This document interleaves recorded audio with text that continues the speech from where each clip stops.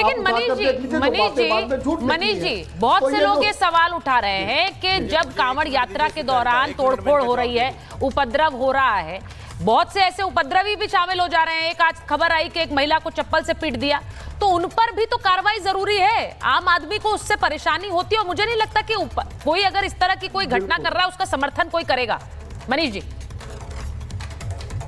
नहीं सुचारिता जी, देखिए आपका सवाल अच्छा इसलिए है कि ये सवाल अगर नहीं आता तो ये लोग जो भ्रम पैदा कर रहे हैं वो सफल हो जाते हैं। जहाँ जहाँ भी कहीं अप्रिय घटना, कहीं इस तरह की घटना आई है संज्ञान में, हर जगह एफआईआर दर्ज की गई है। इवन जहां झूठ बोलकर गलत नाम से ढाबा चलाया जाता था, आपने भी खबर दिखाई थी, उस पर भी एफआईआर तुरंत दर्ज की गई थी, उसके बाद उसकी जांच हुई थी। जहां जहां कोई भी इस उत्तर प्रदेश में, इस देश में कानून को हाथ में लेने का अधिकार किसी को नहीं दिया गया है। भारतीय जनता पार्टी की सरकार कहीं भी है, किसी भी धर्म जात का है, अगर कानून से खेलेगा तो उस पर कार्रवाई हो रही है, एफआईआर दर्ज हो रही है। लेकिन किसी घटना को उठा के, जैसे अभी साजिद जी ने सारी बातें ठीक कही, संभल की घटना को कहा कि अपने छतों पर नमाज नहीं पढ़ने दिया जा रहा है। एक मिनट। अरे भाई साजिद जी, आपको भी याद होगा, अनंत जी भी बता देंगे, होली, दिवाली, दशहरा जैसे बड़े बड़े त्योहार नहीं मनाए गए, कर्फ्यू था, कोई और कंडीशन थी, कोई और व्यवस्था थी, तो इसलिए इसको कहना कि इस तरह से ये गलत बात है। सबके लिए कानून समान रूप से काम कर रहा है, कोई भी कानून से खेल रहा है तो उस पर कार्रवाई हो रही है। हम अखिलेश यादव की तरह कांवड़ियों को पिटवाएंगे नहीं, कांवड़ियों पर हमला नहीं करेंगे, हम उनकी भी व्यवस्था करेंगे। मुहर्रम के ताजिए की भी व्यवस्था की गई। एक मिनट, विनोद बंसल जी आ गए हैं, विवेक जी भी आ जाए तो जरा उन्हें स्क्रीन पर रखिए। सैयद जवाद साहब बैठे हुए हैं। मैं एक सवाल आज पूछ रही हूँ मौलाना साहब, मैंने ये सवाल पहले भी पूछा, इस पर जरा गौर करिएगा। सीधी बात है, उत्तर प्रदेश में इस वक्त हम कांवड़ यात्रा देख रहे हैं। दिग्विजय सिंह ने जो भी ट्वीट किया हो, उस ट्वीट को लेकर एक उन्माद फैलाने की कोशिश जरूर है। मुस्लिम लीग के नेता कांवड़ियों में आतंकी खोज रहे हैं, उन्हें लगता है कि ये आतंकी है, उन्हें लगता है ये उपद्रवी है। लेकिन दूसरी तरफ जिसके ऊपर कानून का शिकंजा कसा है, वो छांगुर, जिसके ऊपर न जाने कितने धर्मांतरण कराने के आरोप है, फंडिंग के आरोप है, उनको बेगुनाह बता रहे हैं। अब मुझे ये बताइए कि अगर समुदाय के अंदर से आवाज ना निकले तो फिर इसको तुष्टीकरण क्यों ना कहा जाए? मैं जवाद साहब आपसे पूछ रही हूं, अगर कोई कांवड़ियों के बीच में उपद्रवी हैं और वो उपद्रव मचाते हैं, तो मुझे ऐसा लगता है कि जो हिंदू समाज है उसमें से बहुत से लोग खड़े होकर कहते हैं कि ये गलत कर रहे हैं। तो फिर छांगुर जैसे व्यक्ति को समर्थन में क्यों बोला जा रहा है? उसमें उसके लिए भी मुस्लिम समाज से आवाज क्यों नहीं उठती है? उसके लिए क्यों नहीं कोई बोलता है? उसको तो बेगुनाह बता रही मुस्लिम लीग कि इसको तो फंसाया गया है।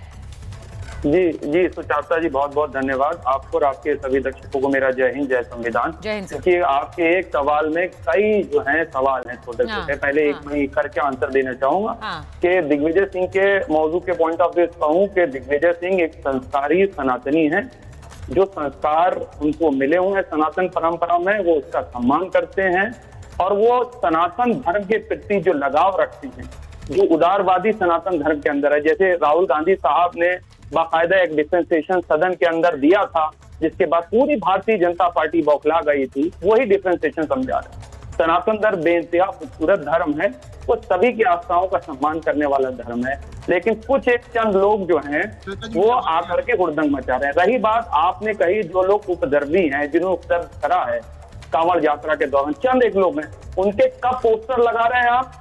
कब जो है आपका बुलडोजर जा रहा है न्याय करने के लिए, उनके भी पोस्टर लगाइए और उनके घर पे भी बुलडोजर भेजिए। मुझे आवाज नहीं आ रही। रही बात मुस्लिम लीग से तो ताल्लुक भारतीय जनता पार्टी का 2012 में नागपुर के मेयर के इलेक्शन के अंदर इन्होंने समर्थन लिए रखा था, उसके बारे में नहीं बोलेंगे। और रही बात आतंकवाद की, जो दिग्विजय सिंह ने कही, वो तो बिल्कुल एक तरीके से सत्य कही, क्योंकि भारतीय जनता पार्टी ने जम्मू कश्मीर के अंदर एक आतंकी को टिकट दे दिया था वार्ड के इलेक्शन में। आईएसआई के लिए जासूसी करते हुए भारतीय जनता पार्टी के आईटी सेल के अंदर लोग पकड़े जाते हैं, तो कौन सी गलत बात कही है? आप देख लीजिए, तमाम ऐसी चीजें अभी। तो किस बयान को सही बता रहे हैं आप? किस बयान को सही बता रहे हैं? जो किस बयान को सही बता रहे हैं?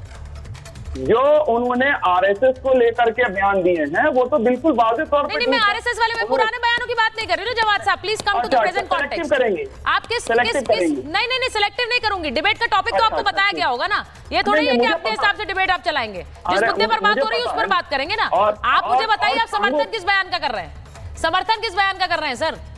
नहीं, जो उनका एक देश दो कानून, मैं उसका समर्थन इसलिए कर रहा हूँ सुचारता जी, क्योंकि इसी देश के अंदर इस देश में दो कानून है, कई कानून है, एक नहीं, मैं तो और आगे कह रहा हूँ कई तरीके की हैं। मतलब आपके लिए अलग कानून है और विनोद बंसल जी के लिए अलग कानून है?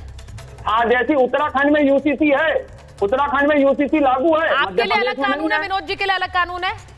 हाँ, उत्तराखंड में बिल्कुल यूसीसी लागू है, आपके लिए अलग है, विनोद जी के लिए अलग है, मैंने पूछा। उत्तर प्रदेश में नहीं है तो फिर यूसीसी नहीं, फिर यूसीसी मान लीजिए ना, पूरे देश में लगा देंगे। आप बोलिए यहाँ पर बोलिए कि यूसीसी पूरे देश में लगे, बोलिए ना, आप बोलिए तो सही।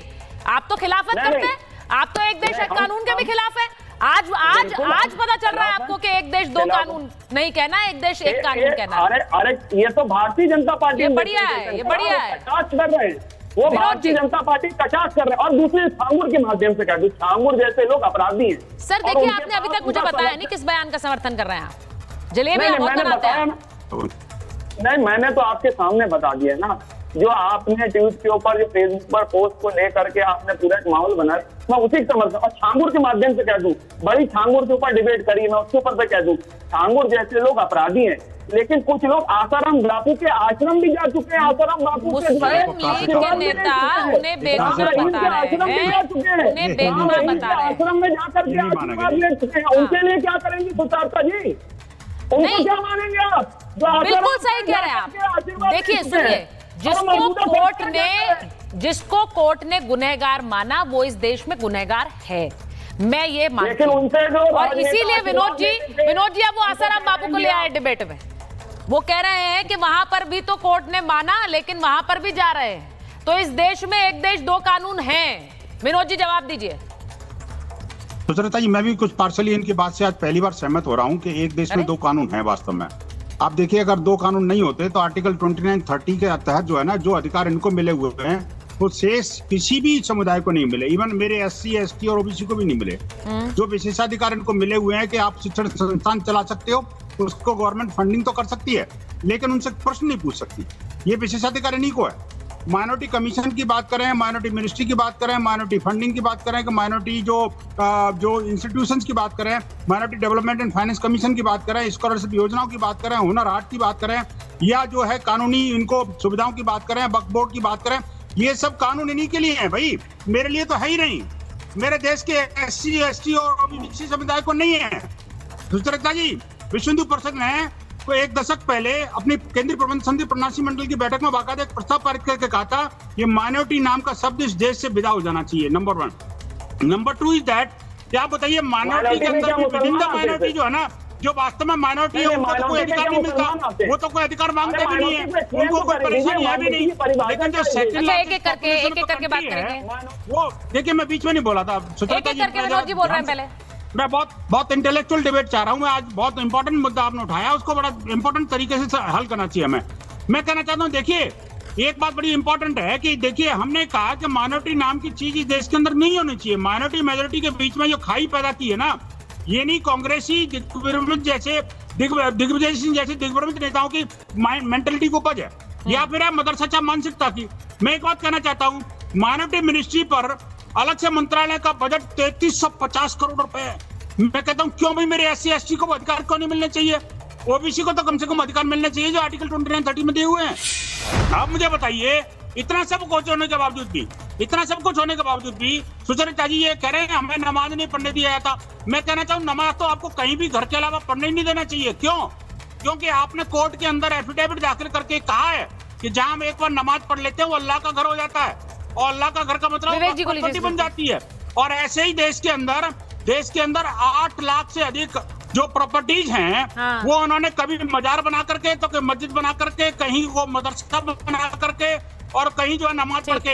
ये 4 दिन नमाज पढ़ते हैं, उसके बाद उस पर वो अपना तंबू तान करके उसको मस्जिद बना देते हैं। विनोद जी मैं आपसे पूछती हूँ आज, क्योंकि मेरे कई डिबेट्स पर कई बार महाभारत में जो मुस्लिम स्कॉलर्स आते हैं वो यही कहते हैं कि हमें जमीन पर नमाज तक नहीं पढ़ने दी जाती है, हमें छत पर नमाज नहीं पढ़ने दी जाती है, यहाँ कांवड़ियों को पूरी सड़क घेरने की आजादी दे दी है। यही बात आज मौलाना साजिद रशीदी भी कह रहे हैं। सुचेता जी, मैं बात का जवाब देना चाहता हूँ। हाँ बोलिए प्लीज बोलिए। देखिए, दो चीजें हैं, एक तो यात्रा निकालना और एक दूसरा एक जगह पर सड़क को घेर के बैठ जाना। मैं कहता हूँ यात्रा मार्ग पर ही निकलेगी ना जी, चाहे वो मुहर्रम की यात्रा हो, शबे बारात की यात्रा हो, कावड़ की यात्रा हो या कोई हमारी शोभा यात्रा हो, वो सड़क पे निकलेंगी। और सड़क की व्यवस्था करना सरकारों का काम है, वो चाहे यात्रा 1 घंटे की हो, 1 दिन की हो, 1 महीने की हो। ये हमारी भारतीय परंपराओं का हिस्सा है। ठीक है, उसमें किसी को मिर्ची लगा कि आप तो 1 महीने के लिए निकालते हैं और आप 1 दिन के लिए नहीं अलाउ करते। आप ही की बात पर विवेक श्रीवास्तव के पास जा रहे हैं। श्रीवास्तव साहब एक बार विवेक जी के पास जा रहे हैं। विवेक जी वो कह रहे हैं एक यात्रा अगर निकलेगी तो वो मार्ग से ही होकर निकलेगी, इसमें इतना हल्ला करने की जरूरत क्यों है? क्योंकि नमाजियों के लिए भी खास मौकों पर बंदोबस्त होते हैं। जी हाँ,